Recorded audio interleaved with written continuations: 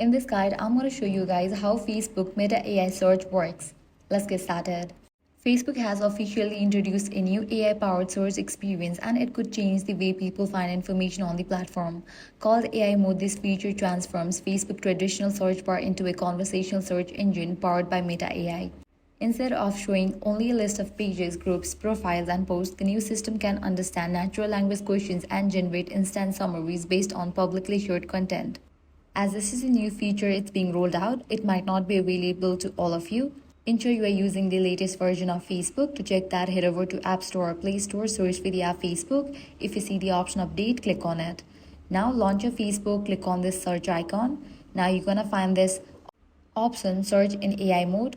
Instead of typing a few keywords, ask a full question just like you would with an AI chatbot. You can search, what do people think about the latest iPhone? Meta AI scans relevant public discussions and content across its platform to create a concise answer at the top of the search results page. What makes this feature stand out is its ability to pull insights from real community conversations rather than relying only on traditional web results. Meta AI analyzes opinions, recommendations, and experiences shared by users across Facebook and Instagram. This allows the AI to provide more context-rich answers and highlight common viewpoints from actual people.